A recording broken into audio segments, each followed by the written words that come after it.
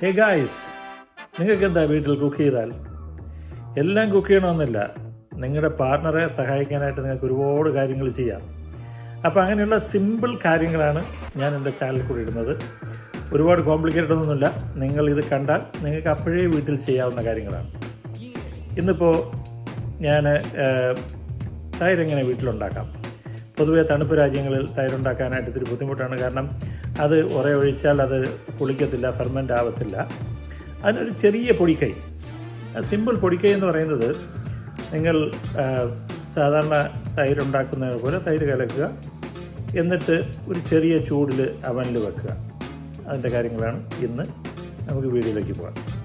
പാല് തിളയ്ക്കുമ്പോൾ തിളച്ച് കളയാതെ നോക്കണം. ഇന്നിപ്പോൾ ഞാനിതിനിടയ്ക്ക് കുറച്ചൊന്ന് മൊബൈൽ നോക്കിയപ്പോഴത്തേക്ക് തിളച്ച് കളഞ്ഞുപോയി. അതുകൊണ്ട് ഏറ്റവും അധികം ശ്രദ്ധിക്കേണ്ട കാര്യം, പ്രത്യേകിച്ച് നമ്മൾ ആണുങ്ങൾ, പാല് തിളപ്പിക്കുമ്പോൾ അത് തൂകിപ്പോകാതെ, പുറത്തു പോകാതെ നോക്കണം. അതിനൊരു ചെറിയ ട്രിക്കെന്ന് പറഞ്ഞാൽ ഒരു സ്പൂണിട്ട് ഇടയ്ക്ക് ഇളക്കിയിരുന്നാൽ മതി. പക്ഷേ ഞാനത് വിട്ടുപോകും. ഗൈസ് കിച്ചണിലേക്ക് എല്ലാവർക്കും സ്വാഗതം.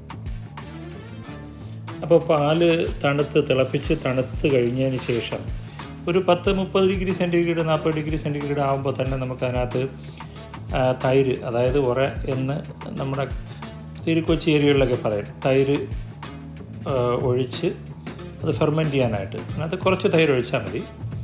ഒരു 2-3 സ്പൂൺ തൈര് ഒഴിച്ച് അത് നന്നായിട്ട് കലക്കുക. പാല് കൂടുതലുണ്ടെങ്കിൽ 1 ലിറ്റർ പാലുണ്ടെന്നുണ്ടെങ്കിൽ ഒരു 4-5 സ്പൂൺ ഒഴിക്കേണ്ടി വരും.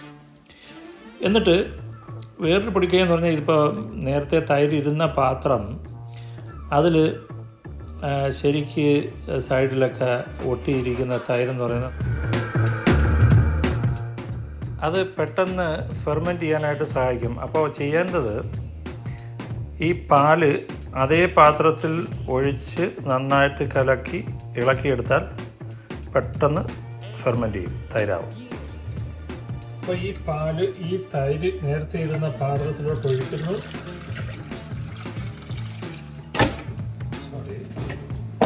എന്നിട്ടത് നന്നായിട്ട് മിക്സ് ചെയ്യുന്നു. കാരണം അതിനകത്ത് ബാക്ടീരിയ കണ്ടൻറ്റ് കൂടുതലുണ്ട്. പലപ്പോഴും ഈ നമ്മുടെ സൂപ്പർ മാർക്കറ്റുകളിൽ നിന്ന്, വിദേശ രാജ്യങ്ങളിലെ സൂപ്പർ മാർക്കറ്റിൽ നിന്ന് മേടിക്കുന്ന തൈര് ഒരുപക്ഷെ വീണ്ടും ഉറയ്ക്കാനായിട്ട് ഹെൽപ്പ് ചെയ്യുന്നതായിരിക്കില്ല. കാരണം അതിൻ്റെ ബാക്ടീരിയ അവർ ഉണ്ടാക്കിയിരിക്കുന്നത് പലപ്പോഴും വൺ ടൈമിന് വേണ്ടിയിട്ടാണ്, റിപ്പീറ്റഡായിട്ട് നമ്മൾ യൂസ് ചെയ്യാതിരിക്കാൻ വേണ്ടി. അതൊക്കെ അവരുടെ ടെക്നോളജി വെച്ച് എനേബിൾ ചെയ്യുന്നതാണ്. പക്ഷെ നമ്മൾ ഇന്ത്യൻ പോട്ട് തൈര് മേടിക്കുകയാണെങ്കിൽ അതിപ്പോൾ ഒക്കെ നന്നായിട്ട് മിക്സായി, പഴയ ഒരേ പാലുമായിട്ട് നന്നായിട്ട് മിക്സായി. ഇനി ഇത് ഒരു ഹീറ്റഡ് എൻവയോൺമെൻറ്റിൽ വെക്കണം. കാരണം തണുപ്പ്, നമ്മുടെ സറൗണ്ടിങ് തണുപ്പ് <10 ഡിഗ്രി ഒക്കെ ആണെങ്കിൽ ഒരിക്കലും തൈരാവത്തില്ല. അപ്പോൾ നമ്മളൊരു ഹീറ്റഡ് എൻവയോൺമെൻറ്റിൽ വെക്കുക. അതാണ് അടുത്ത സ്റ്റെപ്പ്.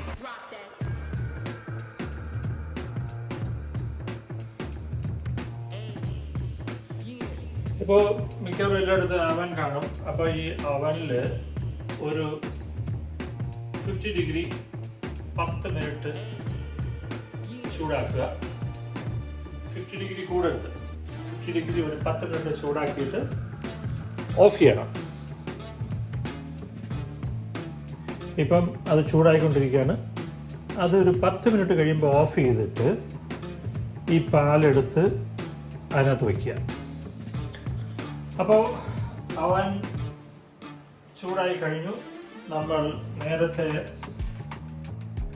തിളപ്പിച്ച് വച്ചിരുന്ന പാല്, അതിൽ തൈര് കലക്കി, ഉറ ഒഴിച്ചു എന്ന് പറയും, തൈര് കലക്കി, അത് ഇതിനകത്ത് വയ്ക്കുക.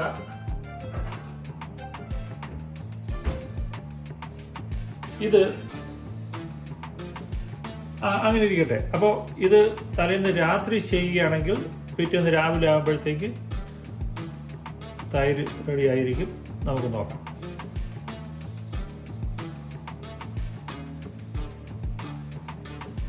അപ്പോൾ അപ്പോൾ നമ്മൾ തൈര് ഉണ്ടാക്കിയോ നോക്കാം.